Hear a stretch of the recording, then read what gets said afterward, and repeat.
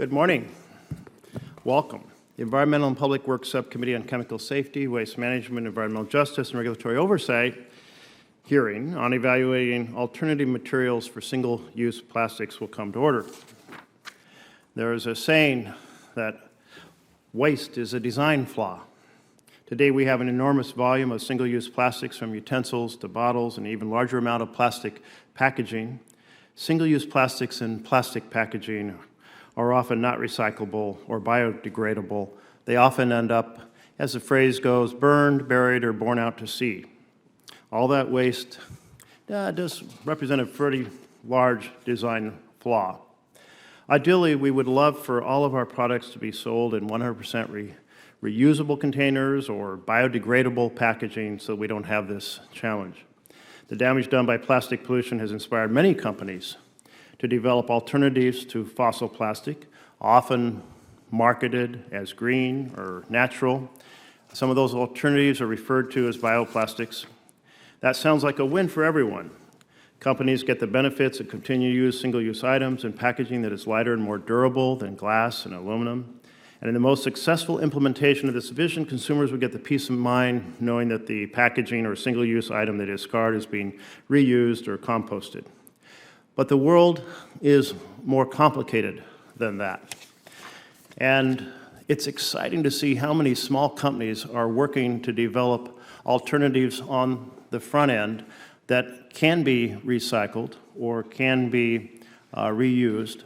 And hopefully out of those many research efforts and investor-funded laboratories, we'll have more alternatives.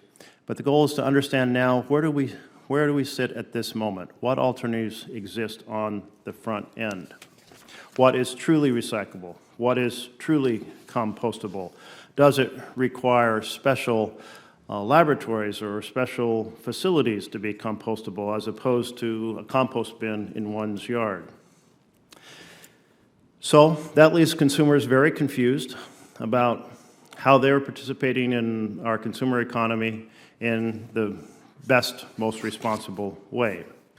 So today we have witnesses who bring expertise to bear on this topic. According to the World Wildlife Fund, which is represented here today, 450 million tons of plastic are produced each year, a number that is expected to triple between now and 2050. Plastics are made from climate chaos causing fossil fuels. They generally don't biodegrade, and they do break down into microplastics. And we've had testimony in this committee about the challenges of microplastics. The average adult in America consuming some 800 particles of microplastics per day, or estimated to be a credit card worth of plastic per week, that ends up in our blood, in our lungs, even in the breast milk that we feed to our babies. But also in these plastics are toxins that expose us to a number of endocrine disrupting chemicals. So that's certainly a challenge as we think about our various daily activities. Our hot coffee cup that we get from Starbucks, what is it actually lined with? And what is the result of those particles ending up in our body? We also have the production of plastics often occurring in frontline communities where it creates toxic pollution that endangers the health of the people who live there. So there's many aspects to this complicated world, and we look forward to learning more today. And in our panel of experts, we have Dr. Marcus Eriksen, a marine scientist and co-founder of Gyres Institute, which seeks to understand the extent of plastic pollution in our oceans and what we can do about it.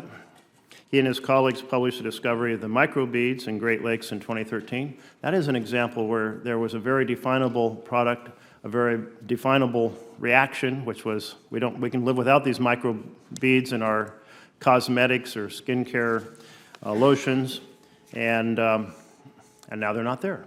So that's good. Also joining us is Erin Simon, Vice President for Plastic Waste and Business at the World Wildlife Fund, helping companies to reduce plastic pollution.